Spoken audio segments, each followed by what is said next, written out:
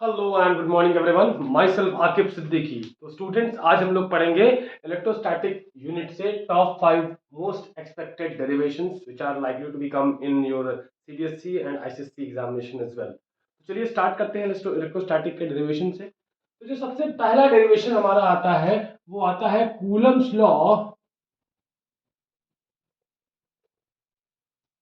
इन vector form. तो students, इसमें हमें क्या प्रूफ करना होता है? एक प्लस Q1 चार्ज रखा होता है और एक प्लस Q2 चार्ज रखा होता है, और इसका पोजीशन वेक्टर होता है पोजीशन R1 और इसकी पोजीशन R2। ठीक है, तो हमें basically Coulomb's law in vector form को एक छोटा सा डेरिवेशन करके दिखाना होता है। तो देखा जाए तो ये फर्स्ट पे एक फोर्स लगाएगा, ये force on first charge due to second, और ये फोर्स इसके ऊपर लगाएगा force on second charge due to first. तो कूलम्स लॉ में हमने इसके स्टेटमेंट में ये भी पढ़ा था कि the force always acts between two charges on the line joining the charges. मतलब जो भी फोर्स लगेगा वो हमेशा उस लाइन में ही लगेगा जो लाइन इन दोनों चार्जेस के सेंटर को मिला रही है। तो अगर हम बात करें F12 की, अगर हम F12 की बात करें तो ये आएगा 1/4 pi epsilon naught Q1 Q2 upon r square, और यहाँ पे मल्टीप्लाई कर देंगे R12 से। और अगर हम बात करें F21 की तो ये भी सेम होगा, बस इसका डायरेक्शन पलट जाएगा। 1/4 pi epsilon naught Q1 Q2 upon r square multiplied by R21। तो यहाँ पे एक चीज बस थोड़ा सा समझना है कि आपका जो R12 होता है वो होता है position vector of R2 minus position vector of R1। और अगर हम R21 को रिप्रेजेंट करते हैं तो position vector of R1 minus position vector of R2। आप लोग देख सकते हो कि ये दोनों ही जो वेक्टर्स हैं, आपका unit vector R12 and unit vector R21, ये दोनों एक दूसरे के जस्ट नेगेटिव है, क्योंकि यहाँ से अगर हम माइनस कॉमन ले लेंगे तो ये क्या हो जाएगा? Position vector of R2 minus position vector of R1। यहाँ पे आप इसको, इसकी जगह पे आप R12 लिख सकते हैं, तो माइनस R12। तो यहाँ से हमें ये पता चल गया कि R21 is just negative of R12। ठीक है, तो इसको यहाँ पे रख दो। ये आपका पहला इक्वेशन हो गया, ये आपका दूसरा इक्वेशन हो गया। आप लिख सकते हो putting R21 in second equation. आप देख सकते हो R21 की जगह माइनस R12, तो आपका F21 क्या हो जाएगा? 1/4 pi epsilon naught Q1 Q2 upon r square, और R21 को यहाँ पे क्या लिख देंगे? माइनस में R12। ये नेगेटिव इधर अपीयर हो जाएगा, minus of 1/4 pi epsilon naught Q1 Q2 upon R square multiplied by R12. You all can see that this much of portion is just equal to f of 12. That means कि आपका F21 will be just negative of F12. You can also say that F12 plus F21 is equals to 0. This also proves Newton's third law. To every action that is, there is always equal and opposite reaction. ये हो गया आपका पहला derivation Coulomb's का, note करें।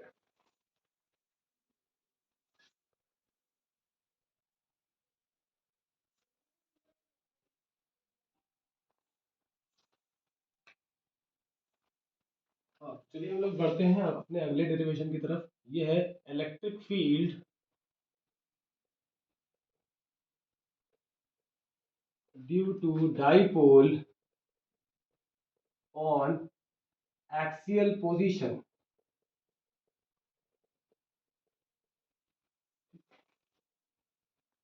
तो होता क्या है कि हमें एक डाइपोल दिया है, डाई मतलब दो और पोल मतलब पोलैरिटी। दो इक्वल मैग्नीट्यूड और अपोजिट पोलैरिटी के चार्जेस जब बहुत छोटी सी डिस्टेंस पे रखे होते हैं तो वो एक डाइपोल बनाते हैं, जिसका डायरेक्शन हमेशा माइनस क्यू से प्लस क्यू की तरफ होता है। और डाइपोल का फॉर्मूला होता है Q into distance between them, charge multiplied by distance between them. अब जहाँ पे इन डाइपोल की वजह से इलेक्ट्रिक फील्ड पूछी गई है, उस पॉइंट की दूरी आप लोग याद रखिएगा, वो हमेशा सेंटर से दी जाती है। मान लो that point is at r distance from the centre, और और यहाँ पे आपको इस डाइपोल की वजह से इलेक्ट्रिक फील्ड निकालनी है। तो इस पॉइंट को मान लेते हैं ए और इस पॉइंट को मान लेते हैं बी। तो हम लोग अच्छे से जानते हैं इलेक्ट्रिक फील्ड का फॉर्मूला क्या होता है, 1/4πε0 charge divide by distance of that point from the charge, मतलब उस पॉइंट से उस चार्ज की दूरी क्या है। ठीक है, तो यहाँ पे देखो बी की वजह से इलेक्ट्रिक फील्ड क्या होगी, away from the charge. Positive charge की वजह से फील्ड क्या बनती है, अवे फ्रॉम द चार्ज, और नेगेटिव चार्ज की वजह से ए की वजह से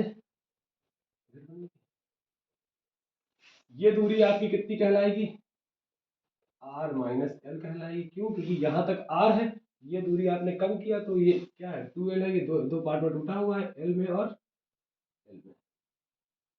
यहाँ तक आपकी r है तो यहाँ से कितनी होगी r माइनस एल। ठीक है, और अगर हम b वाले के लिए ये तो b वाले के लिए डिस्टेंस हो गया, और a वाले की डिस्टेंस क्या हो जाएगी आपकी, a वाले की डिस्टेंस हो जाएगी आपकी r प्लस एल। देख सकते हैं यहाँ तक r है तो ये आगे क्या होगा l होगा, क्योंकि डिस्टेंस हमेशा डाइपोल के बीच से दी जाती है, इसीलिए इसको हम लोग 2l लेते हैं ताकि स्प्लिट करने में फ्रैक्शन कम आए, कम से कम आए। अब देखिए ये फील्ड करीब है, यहाँ पे आप देख सकते हो electric field is your inversely proportional to the square of the distance. इसकी डिस्टेंस क्या है, कम है, तो इसकी इलेक्ट्रिक फील्ड ज्यादा होगी, और इसकी डिस्टेंस क्या है, ज्यादा है, तो इसकी इलेक्ट्रिक फील्ड कम होगी। तो यहाँ पे जो नेट इलेक्ट्रिक फील्ड आएगी तो क्या होगा, ईबी माइनस ई ए। यहाँ पे आप देख सकते हो ईबी कितना आएगा, 1/4πε0 को के लिख देते हैं, और यहाँ पे ईबी का चार्ज कितना है क्यू, और दूरी कितनी है आर माइनस एल का होल स्क्वायर, माइनस ई ए कितना होगा के, मतलब 1/4πε0, और इसका चार्ज का वैल्यू क्यू अपॉन इसकी डिस्टेंस कितनी है के क्यू, को आप कॉमन निकाल सकते हो, के क्यू ये आएगा 1/r माइनस एल का whole square minus 1/r plus l का होल स्क्वायर। अब इनको सॉल्व करना है, तो देख सकते हैं आप आराम से, यहाँ पे इलेक्ट्रिक फील्ड आपका आएगा के टाइम्स क्यू, ये दोनों आपस में मल्टीप्लाई होंगे और क्रॉस मल्टीप्लाई होंगे, क्या आएगा r minus l square into r plus l square, ऊपर क्या आएगा, इधर जाएगा r प्लस एल का होल स्क्वायर, यहाँ क्या आएगा r माइनस एल का होल स्क्वायर। अब जरा सा कैलकुलेशन करेंगे आगे, इसको एज अ होल लिख सकते हैं स्क्वायर, यहाँ ब्रैकेट ओपन करेंगे, a squared plus b squared plus 2ab minus लगा के r square plus l square minus 2lr।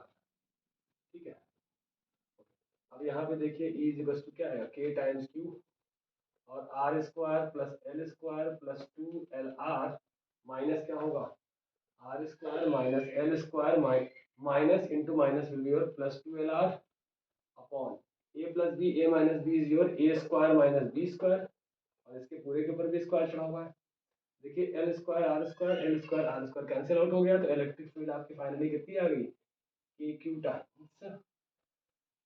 Times into 4lr upon r square minus l square का whole squared. Now you can split 4lr into 4lr as a 2l into 2r, k into q, 4 को लिख सकते हो आप 2l into 2r। देखिए 4lr को लिख सकते हैं 2l into 2r, 2 to the 4 lr as it is, कुछ भी चेंज नहीं हुआ, r square minus l square का होल स्क्वायर। तो आप यहाँ पे इसको डाइपोल से रिप्लेस कर सकते हो, आपने पढ़ा होगा कि since P is equal to your Q into 2l। ठीक है, तो आप इसको इलेक्ट्रिक फील्ड को लिख सकते हो कि आपका क्या होगा, वन के को लिख सकते हो वही जो हमने सपोज किया था 1/4πε0, this is your P and this is your 2r, so it can be 2pr upon r square minus l square का whole square. This is your complete derivation. हाँ, you can have one approximation over here. If r is very greater than l, तो आपका l square क्या हो जाएगा, लगभग 0 हो जाएगा, तो आप इलेक्ट्रिक फील्ड का एक और फॉर्मूला निकाल सकते हो, यही मोस्टली क्वेश्चंस में यूज होता है। ये आएगा 2pr, एल स्क्वायर अज्यूम कर लिया आपने 0 के बराबर, तो ये आ जाएगा r की पावर 4, एक r ये कैंसिल कर देगा, 3 बचेगा, इलेक्ट्रिक फील्ड आ जाएगा 1/4πε0 2p अपॉन r क्यूब। ठीक है, इतना आप लोग फिलहाल नोट करें।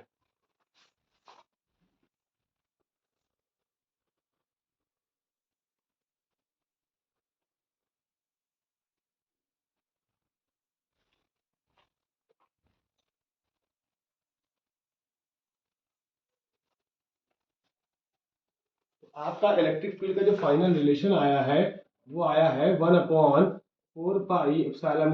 2p/r³ न्यूटन्स पर कूलम।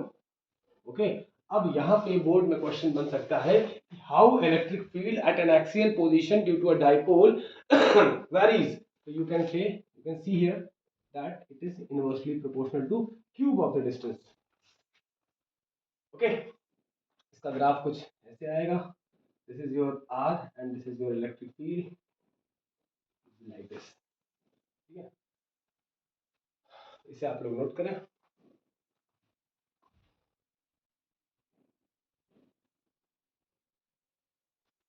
अब हमारा आता है electric field due to dipole on equatorial position. Equatorial position, equatorial position का मतलब है कि डाइपोल के दोनों जो चार्जेस होते हैं इन दोनों ही चार्जेस से उस पॉइंट की दूरी क्या हो, इक्वल हो। Let us assume this point as A and this as B और distance between two charges is 12. Okay, and this point suppose it is located at this position and it is at a distance of r और ये बीच का है तो L में बढ़ जाएगा, मतलब A से P तक और B से P तक दोनों क्या होंगे, सेम होंगे। आप यहाँ पे देख सकते हो AP is equals to BP and that is equal to under root में this is your theta and this is also your theta, it will be r square plus L square। this distance will be under root में r square plus L square and this distance will also be equal to under root में r square plus L square। Okay, अब यहाँ पे हमें निकालना होगा electric field. तो थोड़ा सा इस डायग्राम को और अपग्रेड करके बनाएंगे ताकि आप लोगों को समझने में आसानी हो। तो जूम कर देते हैं, इसको बड़ा बना देते हैं क्योंकि इसमें डायग्राम ही सबसे ज़्यादा इंपॉर्टेंट है। ये मान लीजिए आपका -q चार्ज है and this is your +q and this is located at point A and this is located at point B। यहाँ पे आप देख सकते हो ये L और L में बढ़ गया क्योंकि the distance was 2L and the point is your P और this the distance is your AP and this is your BP। Okay, this is your angle theta and this is also your angle theta. आप देख सकते हो B की वजह से electric field इधर जाएगी रेडियल एंड आउटवर्ड और A की वजह से क्या आएगी, रेडियल एंड इनवर्ड। यहाँ से एक पैरेलल लाइन ड्रॉ करेंगे। ओके, तो यू ऑल कैन सी कि ये एंगल अगर थीटा है तो अल्टरनेट एंगल की वजह से ये भी एंगल आपका थीटा होगा और ये एंगल अगर थीटा है तो ये एंगल भी थीटा होगा due to your corresponding angle. अब क्या करेंगे, इलेक्ट्रिक फील्ड को दो कंपोनेंट में ब्रेक कर लेंगे हम लोग। EB का बेस वाला कंपोनेंट क्या बनेगा, EB cos थीटा और इसका परपेंडिकुलर कंपोनेंट क्या बनेगा, EB sin थीटा। ओके, अब देखिए EA का भी बेस कंपोनेंट क्या है, यही है, तो ये EA cos थीटा बन जाएगा और परपेंडिकुलर कंपोनेंट इसका नीचे आएगा, EA sin थीटा बन जाएगा। आपको अच्छे से पता है कि आपका EA इक्वल टू क्या है, 1/4πε0 चार्ज अपॉन इनके बीच की डिस्टेंस का स्क्वायर जो कि ये है, ये r squared plus L square.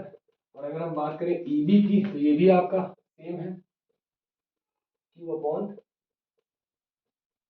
ये देख सकते हैं आप लोग आसानी से यहाँ पे। ठीक है, अब ये दोनों इक्वल और अपोजिट होने की वजह से क्या होगा, कर देंगे एक दूसरे को कैंसिल आउट कर देंगे। तो दो चीजें जब सेम डायरेक्शन में होती है तो रिजल्टेंट क्या होगा, उनका सम ही तो होगा।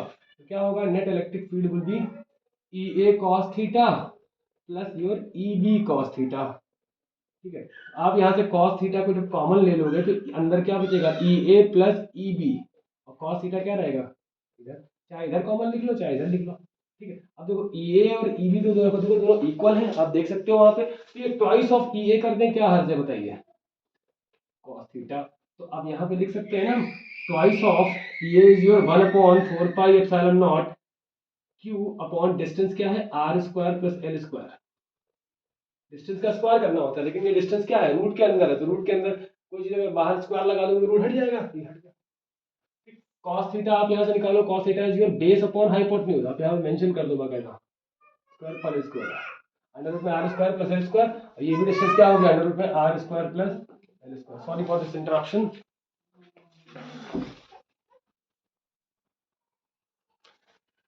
हाँ, तो हम लोग यहाँ पे थे, ट्वाइस हो जाएगा, twice of EA cos theta is your base upon hypotenuse, that means it would be L upon root of r square plus l square. Okay, now you can see as we know that p is equals to q into 2l, so this 2ql can be replaced by p.